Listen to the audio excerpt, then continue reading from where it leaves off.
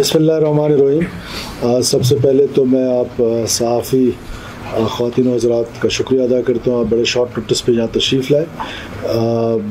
आज सुबह जो एक अंदरनाक किस्म का वाक़या हुआ है उसकी कुछ तफसीलात आपके साथ शेयर करनी थी कि ये स्कूल के बच्चे जो सुबह जिनको माओ ने तैयार करके भेजा कि वो अपने स्कूल जाएंगे और रास्ते में इन बुज़दिल दहशतगर्दों ने उन पर एक व्हीकल बोन आईडी जो थी उसका हमला किया और उस हमले के नतीजे में 46 बच्चे जो थे उस बस में सवार थे, जिसमें से 4 बच्चे शहीद हो गए हैं और बाकी बच्चे ज़ख्मी हैं। और शदीद जो ज़ख्मी हैं उनको एयरलिफ्ट किया गया है फ्रॉम खुजदार टू क्वेटा। कुछ स्टेबल बच्चे हैं, उनका वहीं खुजदार CMH में इलाज चल रहा है। ये इस वाक़े की सबसे पहले तो मज़म्मत और शदीद अल्फाज में मज़म्मत कि बच्चे मासूम होते हैं, बच्चे जंगों से मुबर्रा होते हैं।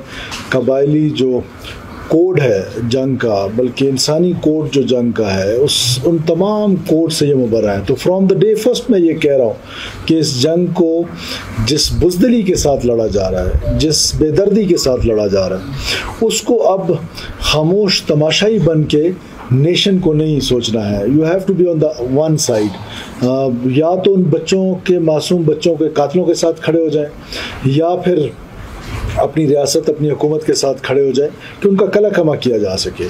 और इस वाक़े की बड़ी एविडेंस थी हमारे पास, सॉलिड एविडेंस था, इंफॉर्मेशन थी कि अजित देवल जो है, जो इंडियन NSA है, he was planning something in Balochistan. और वी वर नॉट एक्सपेक्टिंग कि बुज़दिल जो है वो बच्चों पे प्लान करेगा।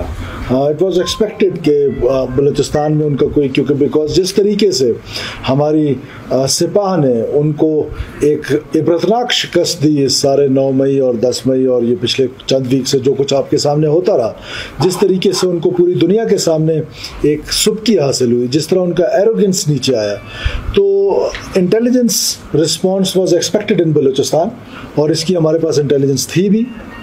लेकिन मासूम बच्चों को निशाना बनाना, ये वो बुज़दिली है, ये वो हिंदुस्तान की अजित देवल की सोच है कि वो इस हद तक नीचे गिर गए हैं, क्या वो बच्चों तक आ गए हैं और बच्चों को निशाना बना रहे हैं। और बच्चों को, जो स्कूल गोइंग मासूम बच्चे हैं, उनको इस तरीके से निशाना बनाया गया है और उनको बेदर्दी के साथ शहीद किया गया है, ज़ख्मी किया गया है।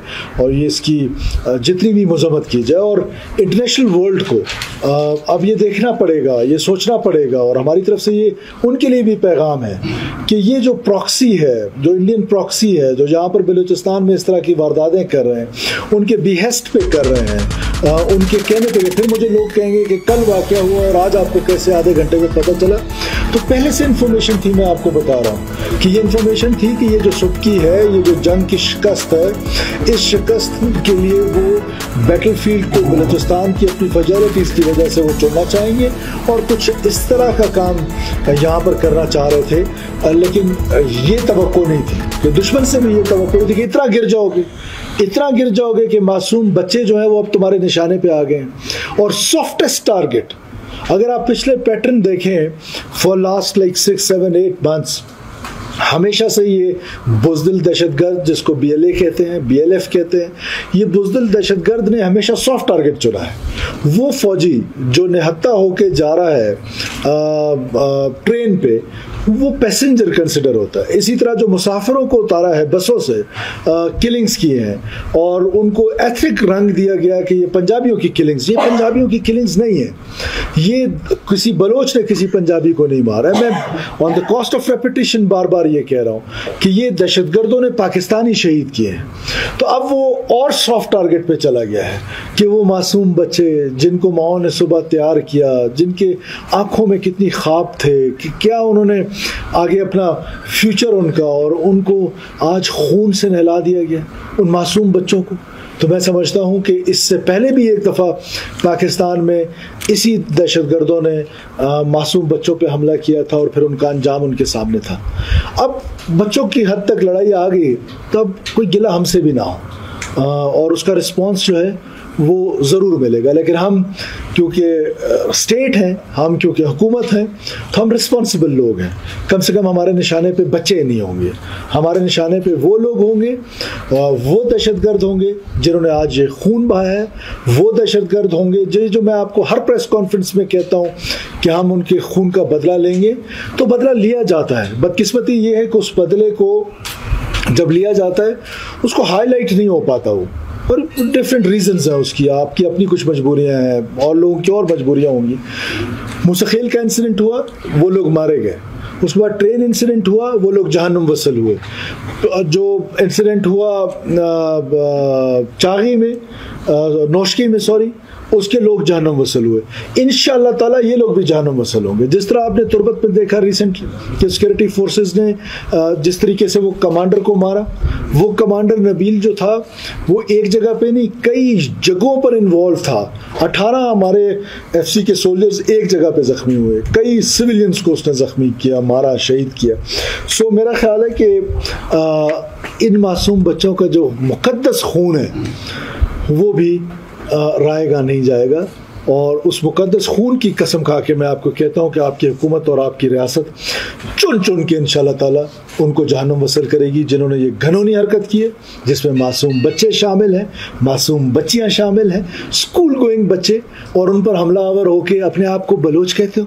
लानत तो तुम्हारी इस बलोचियत पे, बिल्कुल बलोच कहलाने के लायक नहीं हो। बलोची रवायात, बलोच की सकाफत, बलोच का जंग का कंडक्ट, उसके नज़दीक से भी तुम नहीं गुजरे हो। मैं तुमको लानत के अलावा इसके अलावा कुछ नहीं कहता हूँ कि इसलिए मैं कहता हूँ दहशतगर्दों का ना कोई कौम है ना कोई कबीला है, इनको सिर्फ दहशतगर्द कहा जाए। फिर दुख उस वक्त होता है जब बाकी मादा पाकिस्तान में कहा जाता है कि ये राइट्स की कोई जंग है। कौन से हकूक की जंग है? किसी हकूक की जंग नहीं, ये सिर्फ और सिर्फ इंडियन प्रॉक्सीज है। इंडियन प्रॉक्सी हैं, इंडिया के पैसे लेकर, उनसे पैसे लेकर, टारगेट भी वो उनको देते हैं और पैसे भी वो उनको देते हैं, ट्रेन भी उनको करते हैं, और फिर अफगानिस्तान में जहाँ पर उनके ट्रेनिंग कैंप्स मौजूद हैं और पैटर्नेज है। दुख इस बात का है कि मैं एक दफ़ा फिर अफगान अबूरी हुकूमत को याद दिलाना चाहता हूँ कि आपने दोहा में पूरी दुनिया से वादा किया था, पूरी दुनिया से, कि आपकी सरजमीन किसी के खिलाफ इस्तेमाल नहीं होगी। आपकी सरजमीन बार बार हमारे खिलाफ इस्तेमाल हो रही है और हम उसकी मजम्मत करते हैं और आपसे ये रिक्वेस्ट करते हैं कि आप अपना वादा पूरा करें। यह आपका वादा है और आप अपना वादा अगर पूरा नहीं करेंगे दुनिया के सामने, आप माने ना माने आप एक्सपोज ज़रूर हो रहे हैं। और आप जो अहद है, आपके बारे में तो मशहूर है कि आप अपना अहद नहीं तोड़ते हैं, तो आप अपना, हमारे एहसानात की तो खैर है, अपने वादे की ही कोई पासदारी कर लें। शुक्रिया।